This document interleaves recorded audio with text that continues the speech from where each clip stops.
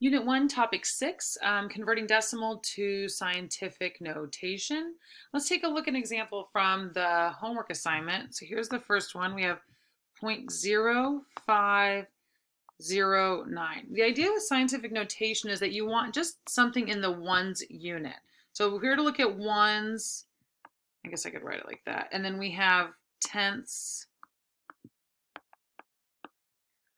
I'm just going to write, oops, this might be better. There. You want to make sure it's just one digit in that ones place and then everything else to the right. So we're going to go ahead and write 0.9.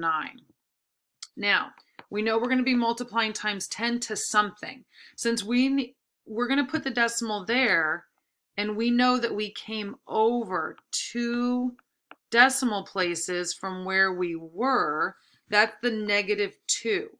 So what we do when you think, just put it that way, but when you think about it, you want to move the decimal 2 places over here. So that means you know you're going to do a -2. All right, because you need to get it to that place. So when we convert that, that becomes 5.09 times 10 to the -2.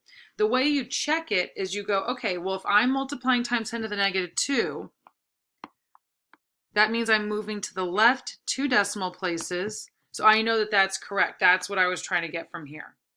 Okay, let's look at another example.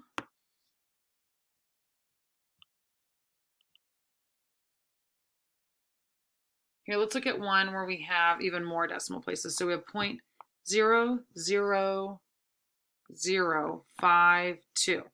So in order to get here, we have to move 1, 2, 3, 4. So that means that this is 5.2 times 10 to the -4th. So whenever you have a decimal that's less than 0 and you're converting it to, less than 1, sorry, not less than 0, less than 1, when you want to convert it to scientific notation, you're going to end up with a negative exponent because the direction you need to move the decimal afterwards. So if we were to convert this back to a decimal, we would say 5.2 and then go 1, 2, 3, 4. And is that what we had in the very beginning? Yes, it is. So we did it correctly. Now, if we had a big number, say something like 5.2 times 10 squared, we know in that case when it's a positive, we're moving to the other direction, 1, 2.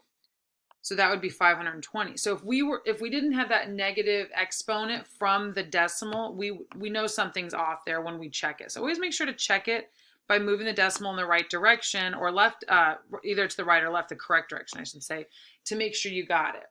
All right, I hope that helps you with converting decimals to scientific notation. If you have any questions about that, let me know.